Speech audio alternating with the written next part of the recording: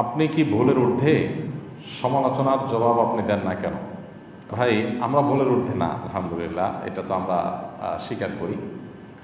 আর সমালোচনার জবাবের ক্ষেত্রে আমাদের একটা মূলনীতি আছে, এটা জানা থাকা দরকার। আসলে মূলনীতিটা হলো যে আমাদের যদি কেউ কোনো ভুল ধরে, আমরা সবসময় চেষ্টা করি যে ভুল ধরাটা কি যথাযথ হয়েছে নাকি অমূলক হয়েছে। একটা হলো যে অযথাই তেনা পেঁচানো, অযথাই একটা বিষয় নিয়ে আপনার বিতর্ক সৃষ্টি করার চেষ্টা করা। আরেকটা হলো না, একবারে টু দ্য পয়েন্ট একটা সুনির্দিষ্ট স্পেসিফিক ভুল হয়েছে। এই দুইটার ভিতরে যদি আমরা দেখতে পাই যে কোনোটি আসলে সমালোচনাটা যথার্থ হয়েছে, আমাদের আসলে ভুল হয়েছে, সাথে সাথে আমরা যেটা করি, আমরা পাল্টা একটা বক্তব্য, একটা লেখনী দিয়ে আমাদের ভুলের বিষয়টাকে আমরা স্বীকার করি এবং পূর্ববর্তী যেটা আমাদের ভুল বক্তব্য ছিল সেটা আমরা প্রত্যাহার করি। এটা আমাদের একটা কমন নিয়ম, অনেকে হয়তো জানেন না। এর আগে আমরা আর্টিফিশিয়াল মেহেদি এটা ব্যবহার করলে উজু হবে কি না আমরা বলেছিলাম উজু হবে না, কিন্তু পরবর্তীতে আমরা এটা নিয়ে আরও পড়াশোনা করলাম, বিভিন্ন ওলামা ইকরামের ফতোয়া আমাদের সামনে আসলো, তখন আমাদের কাছে পরিষ্কার হয়ে গেছে যে আমাদের আগেরটা ভুল ছিল। আর্টিফিশিয়াল মেহেদি এটা ব্যবহারের ফলে আমাদের ত্বকের উপরে যে আলাদা একটা স্তর পড়ে যায়, লেয়ার পড়ে যায়, মনে হয় লেয়ার পড়ে গেছে বলে মনে হয়, এবং সেটা দেখা যায় খসে খসে পড়ে। তো এটার কারণে ওযু হবে না আমরা বলতাম, কিন্তু পরবর্তীতে আমরা এটা নিয়ে আরও ঘাটাঘাটি করলাম, জানাশোনা যখন আরও বাড়লো তখন দেখলাম যে না, এটা আসলে কেমিক্যালের কারণে চামড়ার উপরে থাকা এটা সূক্ষ্ম লেয়ার আসলে পুড়ে এটা পড়ে যায়। এটা মূলত ওই আর্টিফিশিয়াল মেহেদির কারণে লেয়ার তৈরি হয়েছে, যার কারণে চামড়ায় পানি পৌঁছাচ্ছে না, বিষয়টা সেরকম না। বিষয়টা যখন ক্লিয়ার হয়ে গেল, এই বিষয়ে দেশের বাইরে অন্যান্য আমাদের ফতোয়া যখন আমাদের সামনে চলে আসলো, তখন আমরা আমাদের আগের বক্তব্য প্রত্যাহার করে নিয়েছি। আমাদের পেজ চ্যানেল থেকে সেই ভিডিওগুলো সরিয়ে নতুন করে ভিডিও আমরা সেখানে আপ করে দিয়েছি। এবং মজার বিষয় হলো, আমাদের ইউটিউব চ্যানেলে প্লেলিস্টের মধ্যে একটা প্লেলিস্টের নামকরণই করা আছে এরকম, আমাদের ভুল উক্তি বা বক্তব্যগুলো। অর্থাৎ আমাদের শত শত হাজার হাজার প্রশ্ন উত্তরের মধ্যে যেগুলো ভুল হয়েছে সেগুলোকে আলাদা প্লেলিস্টে রেখে দেওয়া হয়েছে, যাতে করে মানুষ আমাদের ভুল দ্বারা বিভ্রান্ত না হয়, সেখান থেকে যাতে মানুষ সঠিকটা নিয়ে নিতে পারে। তো আমাদের কোনো সমালোচনা যদি যথাযথ হয়, মনে হয় আমাদের কাছে যে আসলে এটা আমাদের ভুল হয়েছে, তো সাথে সাথে আমরা সেটা নিজেরা সংশোধন করি, এবং সংশোধন করতে আমরা দেরি করি না, যত দ্রুত সম্ভব সেটা আমরা করি। আর এটা ইসলামের একটা সৌন্দর্য। আমরা তো সাধারণ মানুষ, আমরা তো তালিব ইলম মানুষ। বড় বড় ইমামগণের যে সমস্ত বক্তব্য ছিল, মাসআলা ছিল, অবস্থান ছিল, সেগুলো থেকে তারা ফিরে এসেছেন, এরকম হাজারো নজির আছে, লাখো নজির আছে। তাদের ফিরে আসাটা অবশ্য বেশিরভাগ ক্ষেত্রে ইজতিহাদি কারণে, আবার অনেকের ভুল থেকে ফিরে আসা বা নিজের অবস্থান থেকে ফিরে আসাটা ছিল আপনার ইনফরমেশনগত গ্যাপের কারণে, যে একটা জিনিস জানা ছিল না, তিনি জানছেন, তিনি ফিরে আসছেন। আরেকটা হলো যে না, একটা বিষয়কে তিনি এক অ্যাঙ্গেল থেকে দেখলেন, পরবর্তীতে ভিন্ন অ্যাঙ্গেল থেকে দেখলেন, তার কাছে মনে হলো এটা পরিষ্কার, এটা সঠিক, ইজতিহাদগত ব্যাপার। বড় বড় ইমামদের কথা বলছি।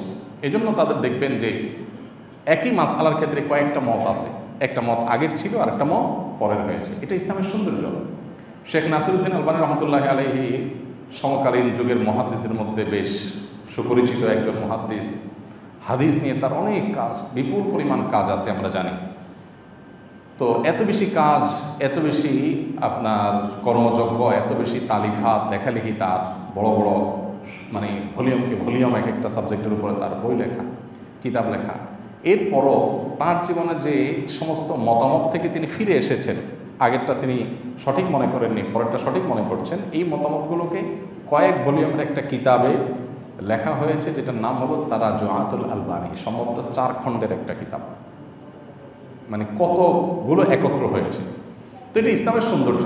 আমাদের কোনো ভুল কেউ ধরলে, প্রশ্নকর্তা ভাই যেরকম মনে করছেন যে আমরা কোনো পাত্তা দেই না, আসলে ব্যাপারটা সেরকম না। ভাই, কোনো ভুল যদি মনে হয় যে আমাদের আসলে ভুল হয়েছে, ইনফরমেশন একেবারে সুস্পষ্ট ভুল, আমরা সে সাথে সাথে সংশোধন করি। এরকম নজির আপনি আমাদেরকে যারা নিয়মিত ফলো করেন তারা দেখবেন যে অহরহ আমাদের এই যাবৎ প্রশ্নোত্তরের সেশন যেগুলো হয়েছে আমাদের পেজে লাইভ অনুষ্ঠানে, 200, এখন প্রায় 250 মতো, 250 হতে যাচ্ছে পর্ব।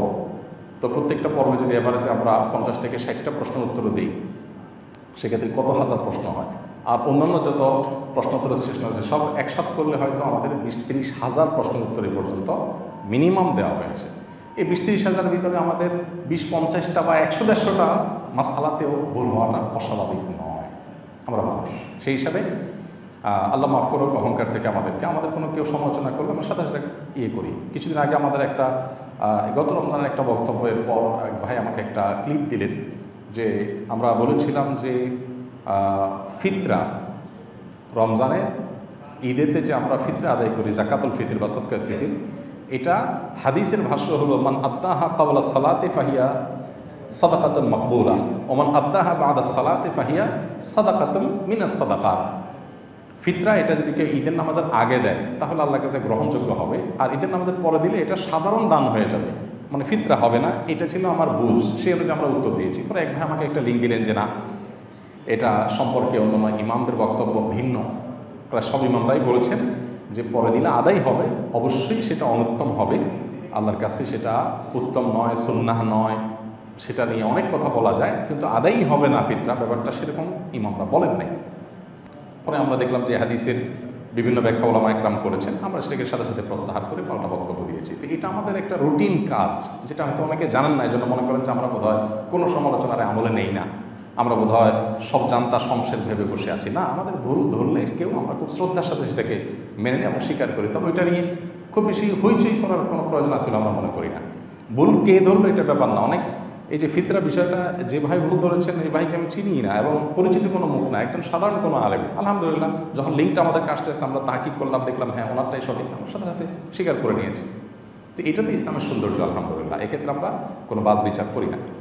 আর যে ভুল আমাদের কাছে মনে হয় যে এটা আসলে ভুল না, যে ভুল ধরাটা আমাদের কাছে মনে হয় যে আসলে ভুল না, এটা হলো তেনা পেঁচানো, এটা হলো অহেতুক একটা বিষয় বোঝার পরও আপনার সেটাকে নিয়ে জাস্ট একটা বিতর্ক তৈরি করার চেষ্টা, সেটাকে আমরা ইগনোর করে যাই। কারণ আমি যদি কোনো কিছু ভুল না করি, কে বললো না বললো কি বললো এটাতে আমার কিছু আসে যায় না। আল্লাহ দেখবেন আমার অন্তরের হালত। আল্লাহ যদি দেখেন যে না আমার নিয়ত ঠিক আছে, আমার বলা ঠিক আছে, কেউ এখান থেকে ভুল ব্যাখ্যা, ভুল অর্থ, মিনিং দাঁড় করে তার মতো কেউ কিছু যদি কেউ কিছু করে, এতে আমাদের চিন্তার কোনো কারণ নাই। ইয়া আইয়ুহাল্লাযীনা আমানু আলাইকুম আনফুসাকুম লা ইয়াদুররুকুম মান দাল্লা ইযা ইহতাদাইতুম। আল্লাহ বলেছেন তোমরা নিজেরা যদি হকের উপরে থাকো, তাহলে তোমার কথার ভুল ব্যাখ্যা দিল কেউ, অথবা কেউ নিজে গোমরাহ হয়ে সে তোমার কোনো বিতর্ক সৃষ্টি করার চেষ্টা করলে তো তোমার কিছু আসা যাবে না। তুমি নিজে ঠিক আছো কিনা, বাইনাকা ওয়া বাইনা আল্লাহ, তুমি ক্লিয়ার কিনা, তুমি আল্লাহর কাছে পরিষ্কার কিনা যে তুমি যা বলেছ সেটা তোমার ইন্টেনশন কী ছিল, নিয়ত কী ছিল, তোমার মন্তব্য সঠিক ছিল কিনা, তুমি সঠিক আছো।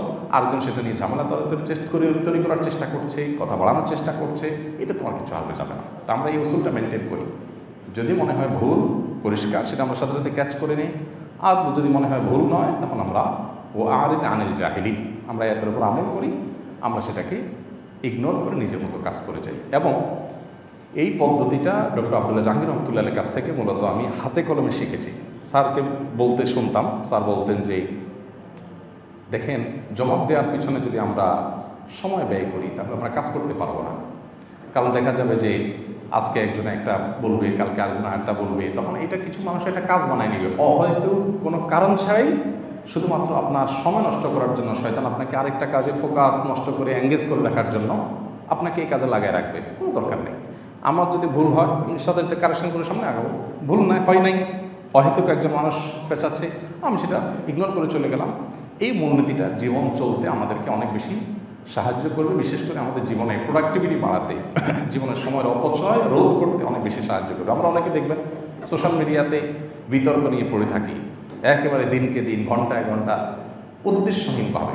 এর অর্জন কি, এখান থেকে আমার প্রাপ্তির কি হবে, অপ্রাপ্তির কি হবে, আমার লাভ কি লস কি, এই যোগটা অনেক সময় আমাদের করার মতো সুযোগ হয় না। আমাদের বেশিরভাগ এনার্জি নষ্ট হয় অন্যের পেছনে, আমার নিজের প্রোডাক্টিভিটির জন্য, আমার জীবনে বারাকা লাভের জন্য, আমার জীবনের অ্যাচিভমেন্টের জন্য, আমার গোলগুলোকে সাকসেস করার জন্য আমরা যতটা ফোকাস দেই, এর চেয়ে বেশি দেই হলো কে কী করেছে, কে কী বলেছে, এগুলোর পেছনে, যার কারণে আমাদের জীবনে অনেক কাজ করার সুযোগ হয় না। এই জন্য ভাই, এই মূলনীতিটা আমার তো মনে হয় যে আমরা অন্যরাও যদি অনুসরণ করি তাদের জীবনের কাছে লাগবে। কোনো ভুল হলে সেটা স্বীকার করতে চুল পরিমাণ কার্পণ্য করা উচিত না। কে ধরেছে এটা ব্যাপার না, সাথে সাথে সে স্বীকার করার মতো মানসিকতা থাকতে হবে। কারণ অহংকারের আলামতগুলোর ভিতরে একটা হলো বাতারুল হক, সত্য আমি জানছি তারপরেও আমি তেড়ামি করতেছি, আমি গড়িমসি করতেছি, আমি একটা ধামাচাপা দেওয়ার চেষ্টা করতেছি, ইগনোর করার চেষ্টা করতেছি, এটা হলো অহংকার। সত্য জানছি সাথে সাথে আমি স্বীকার করবো, ও আচ্ছা তাহলে আমি বলেছিলাম, ঠিক আছে, এটা আলহামদুলিল্লাহ। তো এটা ইসলামের সৌন্দর্য আলহামদুলিল্লাহ। আমাদের দেশটা তো এমন যে আমাদের দেশে হাফেজ সাহেবরা তারাবির নামাজে লোকমা খাইলে মুসলিমরা মনে করে হুজুর অযোগ্য, যার কারণে হাফেজ সাহেবরাও দেখছে যে মুসলিমরা যখন এত বেশি চালাক, তা আমরা একটু আরও বেশি চালাকি করি। কারণ ইমাম তো ইমাম, মুসল্লি তো মুসল্লি যত চালাকি করুক না, ইমামের চাইতে তো ইমামতি নামাজ রিলেটেড বিষয় তো চালাকি করে পারবে না। তো হাফেজ সাহেবরা অনেকে নেগোসিয়েশন করে নেয় যে ভাই তুই আমার লোকমা দিবি না, আমি তোর লোকমা দেবো না, আমার যেটা মিস হয়ে যাবে ওইটা তুমি পরে রিকভার করে নিবা, বা আমরা আলাপ করে রিকভার করে নিব। এই বেহুদা পাবলিক যাতে এটা নিয়ে তেনা বাঁচাতে না পারে, এই জন্য আমরা এই পলিসি করলাম। অনেক হাফেজ সাহেবরা এরকম নেগোসিয়েশন করে নেয়। তো অতি চালাকের যে অবস্থা হয় সে অবস্থা হয় আর কি। অথচ নামাজের মধ্যে ভুল হওয়াটা স্বাভাবিক, আলেমের ভুল হওয়াটা অস্বাভাবিক নয়, কিন্তু সেটাকে আমরা অনেকে এটাকে নিয়ে আমরা অনেক বড় করে দেখি, যার কারণে আমাদের দুর্দশা হয়। আপনি হারাম শরীফে দেখবেন মক্কাতে ইমাম সাহেবদের অনেকের কেরাতে ভুল হয়, এমন ভুল হয়, সূরা কাফিরুনের মধ্যে ভুল হচ্ছে বারবার লোকমা নিচ্ছে, ধরতে পারতেছেন না। সূরা ফাতিহাতে একবার ভুল হওয়ার রেকর্ড আছে। তারপরে যে আরও এমন ভুল আছে যে 3বার 4বার লোকমা দিচ্ছে আর লোকমা নিতে পারতেছেন না, এই অবস্থা। তারপরে উনি ওইভাবে নামাজ পড়তেছেন, কোনো অসুবিধা হচ্ছে না, ওনার চাকরির কোনো অসুবিধা হচ্ছে না। আমাদের দেশে হলে এই ইমাম 1 মাসের ভিতরে বিদায় হয়ে যেত। তো আল্লাহ তাআলা আমাদেরকে হেদায়েত দান করুন। আমাদের একটা মূলনীতি আছে, সেটা আপনার প্রশ্নের প্রেক্ষিতে আমরা জানিয়ে দিলাম। আস-সুন্নাহ ফাউন্ডেশন, উম্মার স্বার্থে সুন্নাহর সাথে।